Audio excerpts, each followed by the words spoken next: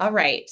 Well, Greg and I had a little warm up on a different program that didn't work. So today we are here at Mountain Real Estate with Greg Gaskell, and we are very lucky to have him. Greg is has a magnetic personality and really is inspiring to everyone he meets. He's one of those people that you could meet on the street and feel like you're best friends with him. So I'm very excited for Greg to kind of share his story with all of you today and also talk a little bit about his Summit County real estate experience. So welcome, Greg. Thank you, Candice. It's a joy to be here and understand. I'm a rookie at this, never done it before, so this could either be really, really good or a disaster. It's going to be really good. You make it good. And you had like a little warm up in my failed other podcast platform. So you're a pro by now. Yeah. All right. Well, Greg, tell us a little bit about yourself. Well, I'm from Western Kansas, where in a small town in southwestern Kansas, and that's where I mean a really small town. That's where I met my wife, and understand it was a 17 and a 14-year-old first date type of thing.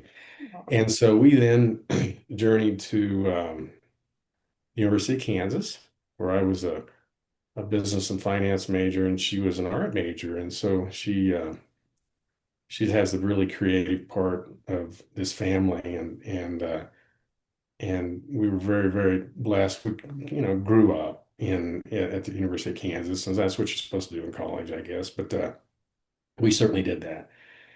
And then we journeyed back to Southwest Kansas, to a town called Dodge City, and understand at the time, business in the world wasn't very good. 20% interest rates, and there wasn't a lot of building going on. There wasn't a lot of jobs, and so I always had a goal of working for myself. And so, crazy enough, my wife and I started a construction company, and just her and I.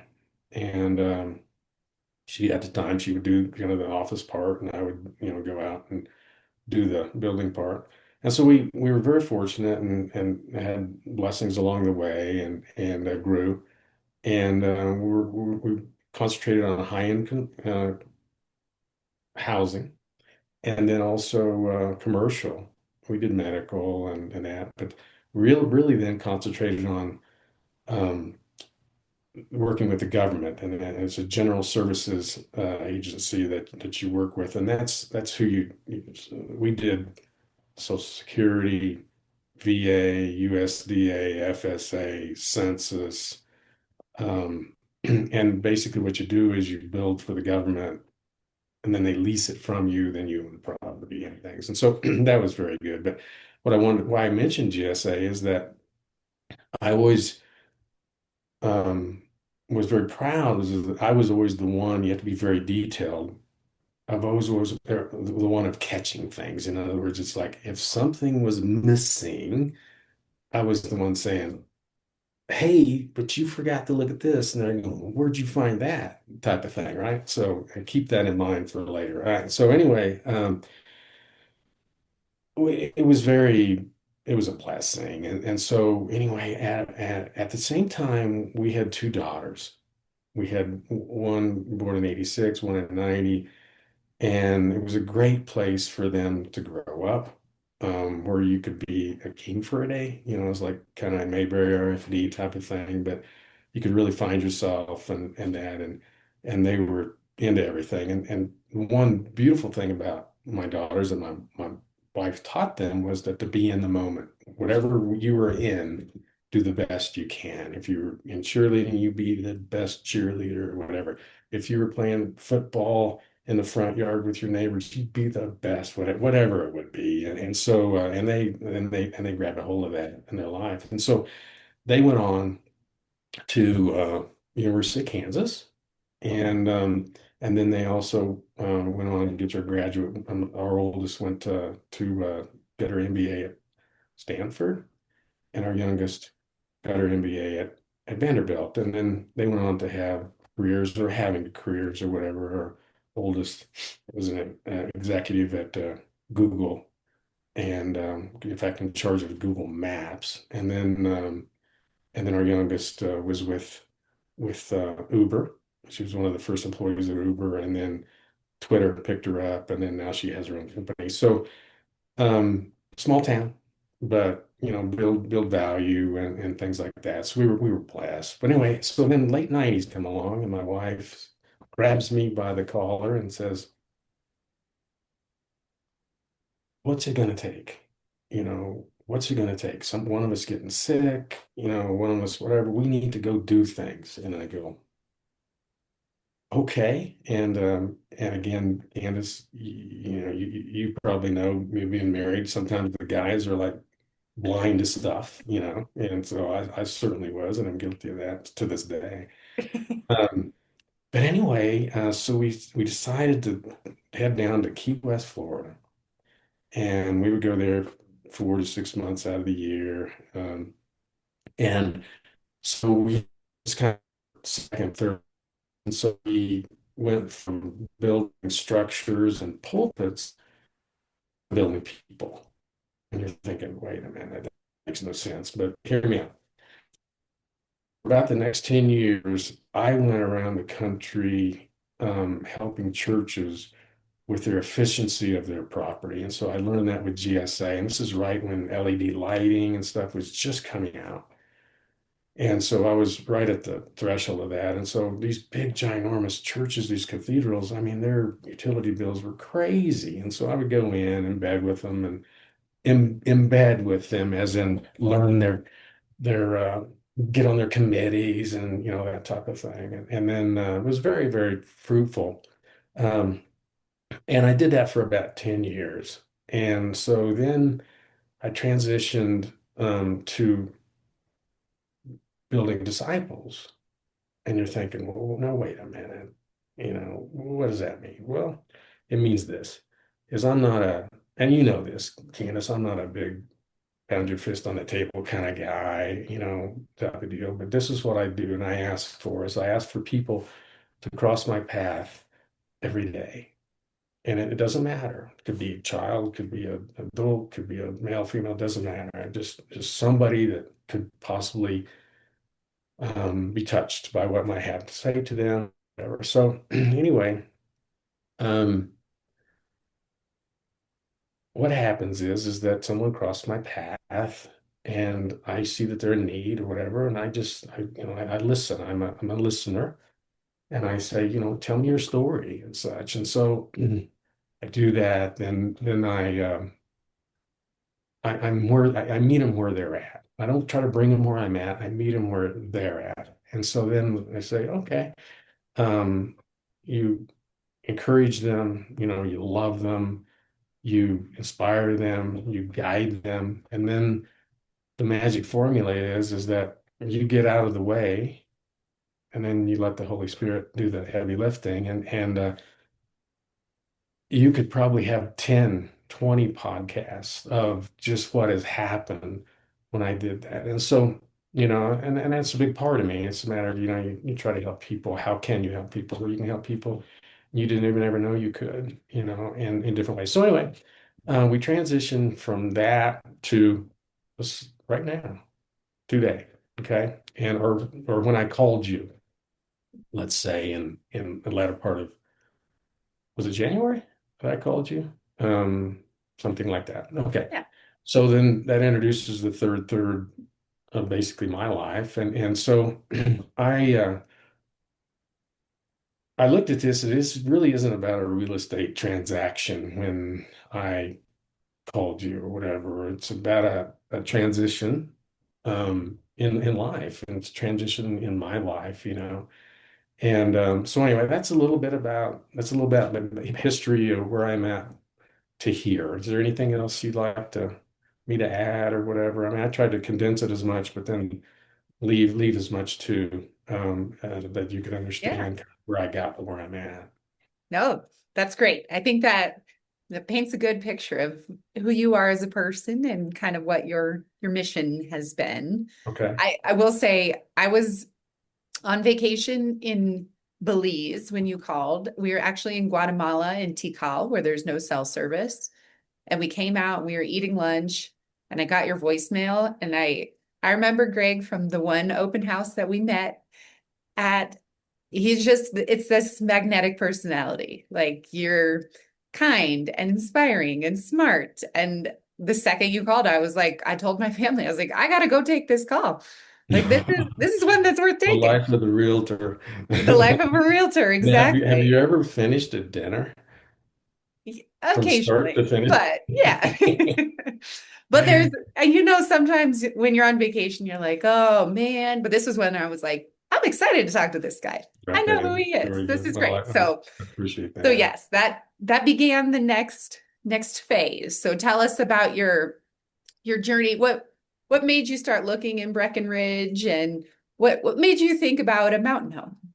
Well,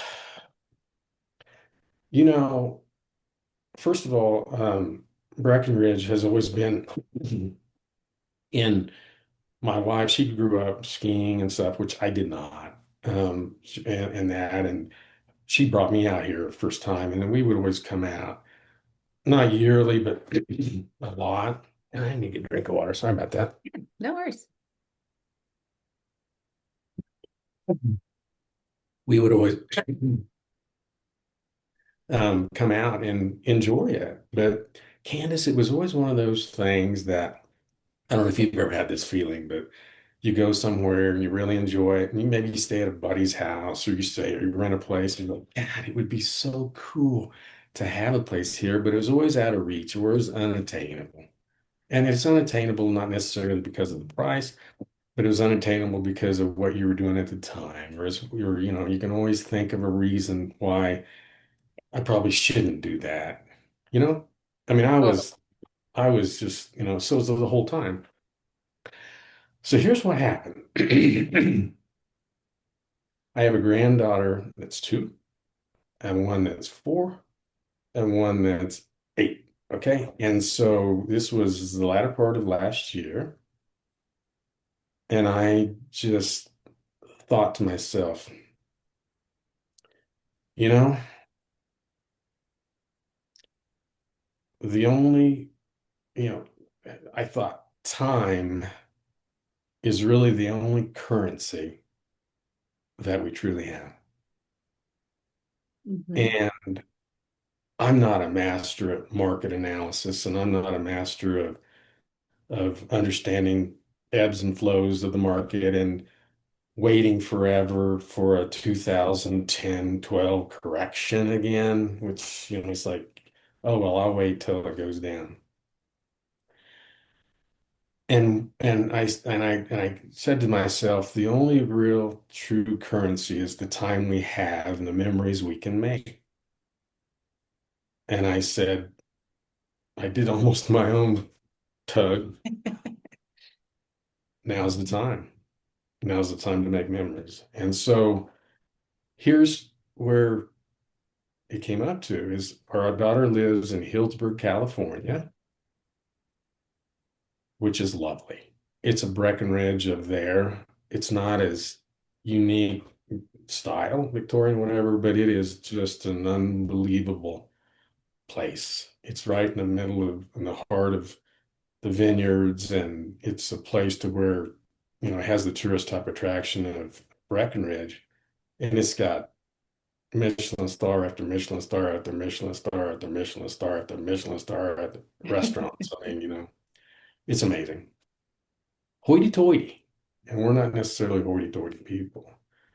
So then I thought, okay, so I looked there. In fact, we were really, really interested in a place there. And then Sherry said, no, we're going to Breckenridge. And I said, okay. And the reason why we're going to Breckenridge, and this she quoted this before I stepped in to visit with you, is that the beauty of the place, the obviously the area, but then the uniqueness of the village feel, and then the people that you meet and grow with, and then the proximity. I have a daughter in Denver. We're close to I have close enough to the airport. I can get out of Hillsburg. Now, I understand I get to stay out in Healdsburg for, you know, maybe a month at a time because my daughter's, has different homes on a place. And so it's just a unique situation, but it's very lovely. But anyway, so we said, okay, Breckenridge is it. And so I said, okay. And it's a matter of okay, who do we talk to? Well, I had no doubt who I was going to talk to. And I'll go back to about 2.5 years ago. My youngest daughter and I were walking in Frisco. We were over there staying at a buddy's house, and there was this open house sign. Well, we go in, and at the time I wasn't, it was like, that unattainable time, that I expressed earlier. Well, there was this gal in there, um, sitting there and lovely personality, and I could just tell she had what I want to say, what is it, and got to know her, very personable, whatever, and that was you. All right. And I told myself at the time, if, and I was still on the if, not on the when, but if I ever get a place up there, that's going to be the gal that I work with. And so then after I had this moment that says, um, your kids are or your grandkids are 2, 4, and 8, and there's your currency, there's your time, go make memories. And so I called you, and so I was looking at a home in in Breckenridge or whatever. So anyway, that's how, I mean, and that's the reason why we chose Breckenridge. And I don't want to go into you. I'll talk about you a little bit later, but I just and then it's like, okay, what are the things you dream about Breckenridge? I've been here for 3 months now, and all of them have come true, and then some, and so just the activities, the year-round activities, and again for somebody in the third of their life. And so I'm still active and can't wait to do that. But the other thing is this: is I see opportunities here, and you say, well, opportunities. I see opportunities to give my time away. I see opportunities to give to people, and it's just wonderful. So so anyway, that's kind of where we're at on when I called you. Awesome. Awesome. Yeah. So you called you convinced Sherry to make a trip to Breckenridge. Do you want to talk about kind of how it evolved into landing in the right spot and how Oh, you and Sherry took what each of you wanted to focus on while you were here? yeah, I perfect. And what we thought was is that we wanted to try to get in Breckenridge, and we had a budget, somewhat of a budget, and so we found this place, and you guided us through us. You did this incredible amount of detailed comp work and things like that, and understand being a general contractor, I wasn't afraid to have a project. In fact, I still think I have a couple projects in me. Um, I think Toby Keith had a song like that. Once I once was, or something like that. You can always do that once again, or I don't know. What is that song? You know what I'm talking about. Yeah. Good as I once was. Anyway, so I still have that syndrome going in on the building side, and so I wasn't afraid. And then this place needed some work, but man, alive, it was just priced. Not certainly wasn't 2012 prices, and you kind of convinced me that, hey, let's keep looking, because we put an offer on it and they didn't budge, and we just said, see you later, right? Is that how you remember it? Yep. Yeah. And so then, very interesting, my wife was still had her heart set on Breckenridge. And then we were looking at a house up the by the ski slopes and stuff, and it just wasn't us. And then the house we ended up with was come apart and said, well, hey, why don't we follow Candice, because you were going back home, out here and see if we can't take a look, you see. And so then um, it was well, it's up by the golf course. And so it's like, okay, the pluses and minuses to that. And so I've since found that there's way pluses more than minuses. And that so we saw this home and you were very forthright and I'm gonna tell you about this. It was a Uh-oh. matter of it might be your style, it might not be your style. At our age or whatever, this was the style that was still okay with us. Does it need a little updating or whatever? Sure, it does, but you can't take the location away. You can't take Breckenridge away, all that type of thing. And there were tons of positives about it. And so anyway, we got my wife out here and got her in it. And this is where I told you I'm a reform cusser, but this is a quote. My wife says to me, I'm on this house like stink on shit. And I go, I better get it. Because you don't get that kind of response out of her. Normally it's like, it's okay. It's okay. It's okay. It's okay. What do you mean it's okay? It's okay. What do you mean it's okay? It's okay.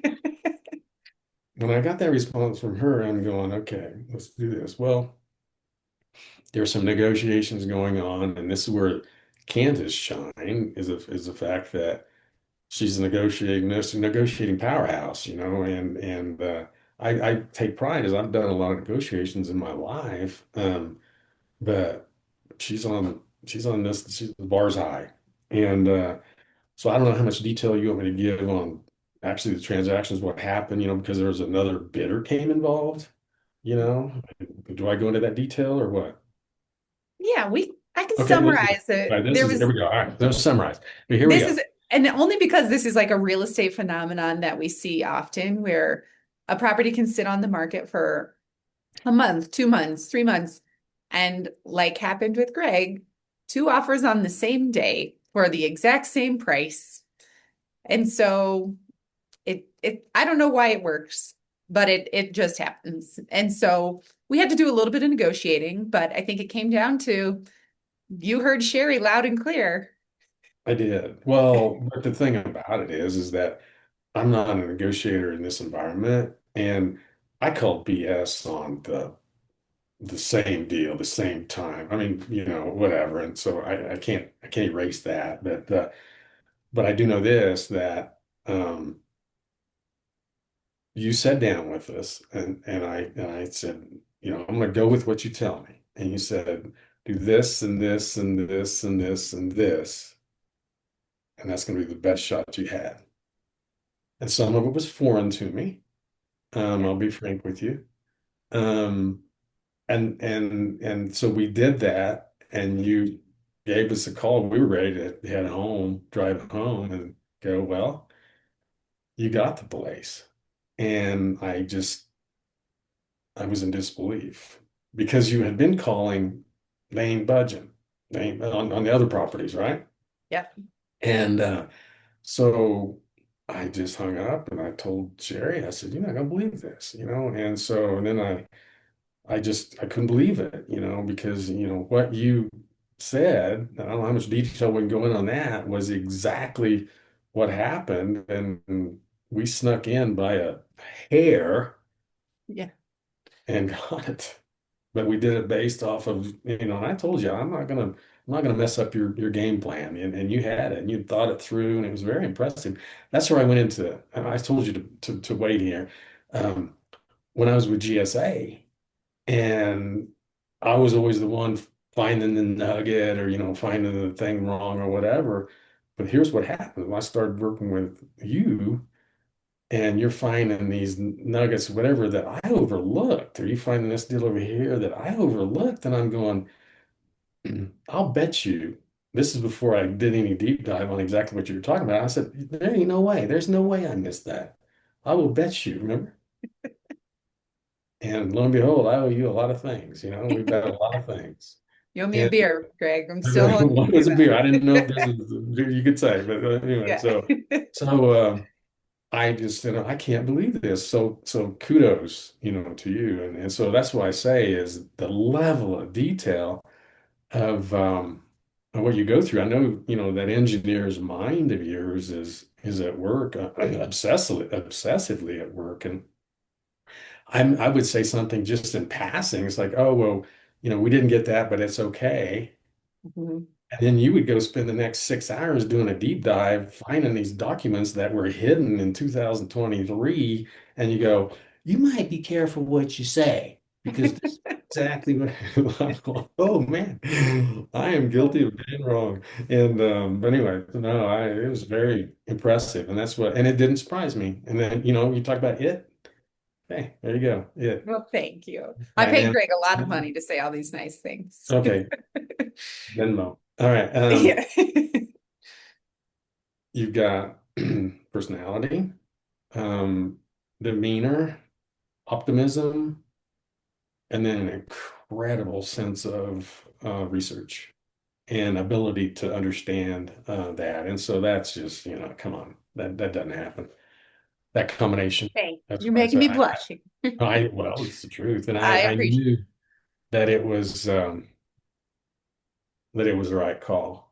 Yeah. I did. Well, as you're talking about this, I was thinking, I had this one transaction early in my career where I submitted an offer and like my clients ended up not getting it for various reasons. And I just was like stewing. I couldn't sleep. I was like, I could have done this. I should have looked at this. And just like a million things. And one of my mentors at the time said, I just hate that that happened because you really changed like the trajectory of these people's lives. Like they're not buying a house in Silverthorne now. They're buying a house in Glenwood Canyon or Glenwood Springs. So it's real estate is like we do it every day. So it kind of like you settle into your routine, but it's really like changing how you choose to live your life. Like you and Sherry were about to just drive on home the We next day were if we we didn't were stop at that packed. house. We were packed. And And so it's very enlightening to see like how small decisions and little bits of information. And it's 2026. Nobody wants to hear that they're getting in a bidding war. But at the end of the day, I still think you got a good deal on the place. And we had to make some adjustments that probably wouldn't have had to make a week prior. But at the end of the day, you're getting the lifestyle that you were kind of dreaming about and signing up for, where you're in a beautiful place. You have your grandkids there to make memories with. And like that, those little decisions through the contract process are nuanced and stressful. But then when you like get to see clients at the end of the day living the life that you want to be living, that's really the reward of this business. It's just seeing your dreams come true. And you guys yes, have been good at staying in touch. well, I'll give you some more detail on how that resonates with me. All right. So I'd already made the decision that my currency was the time that I could spend and the legacy that I could leave my children and grandchildren was getting a place. And then when we're gone, they can either continue with that place or use it as a building block. So that's a win-win on that for sure. But the biggest legacy was a legacy of memories, a legacy of time.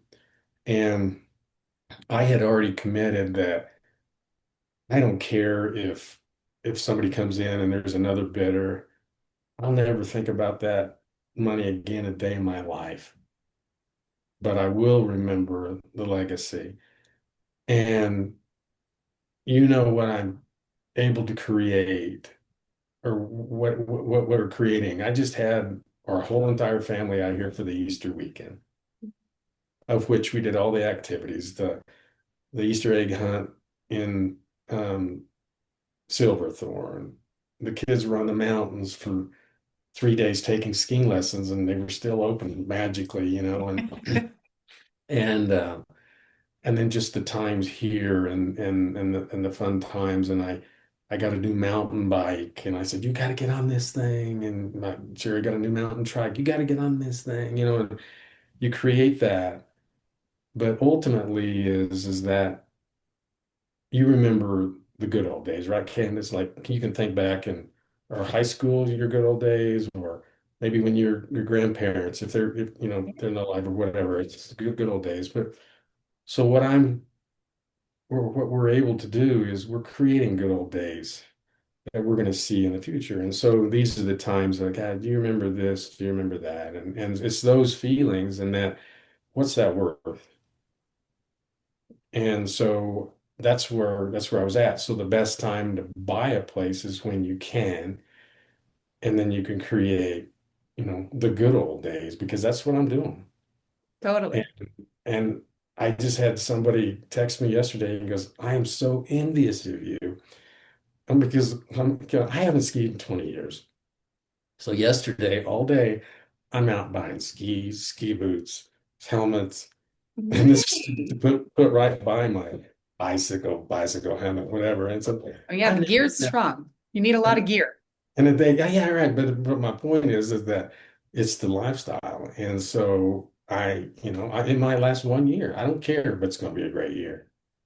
Yeah, You that's see, so yes, that's where, I look at it and I go, that's the dream part. And then your children and you get the reaction, our two daughters and that type of thing.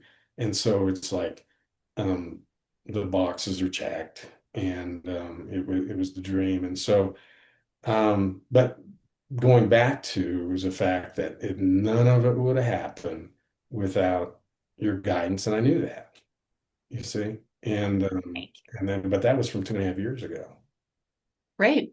I Right? know it's crazy how it all comes together, but Yeah, exactly. it is little things, and it's really like you started at the beginning, like you built structures.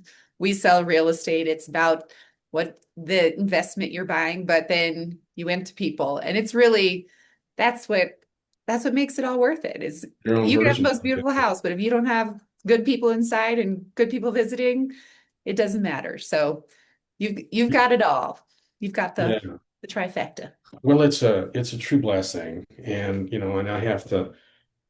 I'm thankful every day, because things change, health changes, just things change, it's a constant change. But if you can capture that moment and just enjoy that day and then just repeat that daily, then that's what I dream. But what I found in Breckenridge and also the Frisco area is that I just fall more in love with it every day just because of the potential of what I can do, number one, but just what it offers back.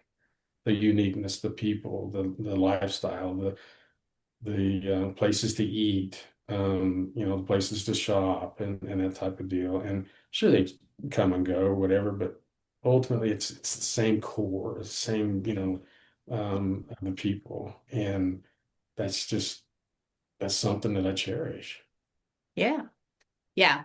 I do think I tell my kids this a lot. Like when we drive to school, I make them say, "What a beautiful place we live," because I don't want them Oh, good for you, because it's the to truth. take it for granted. I want them to appreciate that we live in a playground with a great lifestyle, and like you said, the culture, the values of the people is often shared. People love being outside and being active and nature and taking care of each other. It's a small community. So I think there's a lot here, and I'm glad that you're already seeing it. So final question for you, Greg, because we've got a couple more minutes left. Okay. What are you most excited about over the next year or two for your time in Summit County In Summit County, or life, um, whatever? meet meeting people, um, concentrating on my health, physical health, the activities, summer activities or whatever.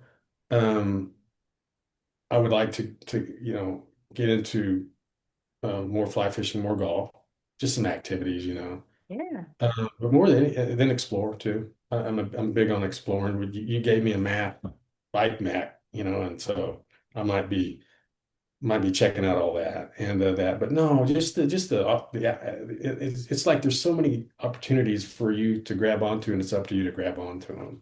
And Mhm. so that's what I'm, most excited about. And then also, you just never know, like I say, no one can determine economic cycles or anything like that. And so, is it a deal? I told you about a project or whatever that I have another project or something. Yeah, I keep that in the back of my mind. So yeah, I'm excited about that.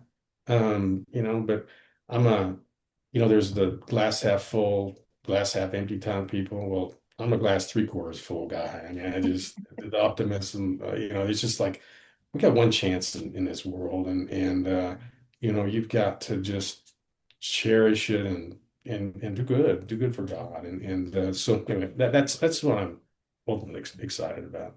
That's awesome. Well, I will say there's plenty of projects. I mean, you're welcome to come to my house if you get desperate for a project. We've got like 700 I'm the projects. airman projects. Oh God, look There's at plenty you. of projects around Summit County for you to find the right one. Yeah, there is. But also, yeah, I'm excited to see kind of what you guys make of this lifestyle here and what the memories you make with your family. Thank you, Candice. You're a true blessing, and you know Me that, too. we are every day grateful, every day, and so Same. it's just and I knew it. I knew it when I saw you. I just didn't know if I was going to be able to ever pull the trigger to do it. You see, I had Yeah. everything in place, but there's that psychological barrier. It's like it's always unattainable.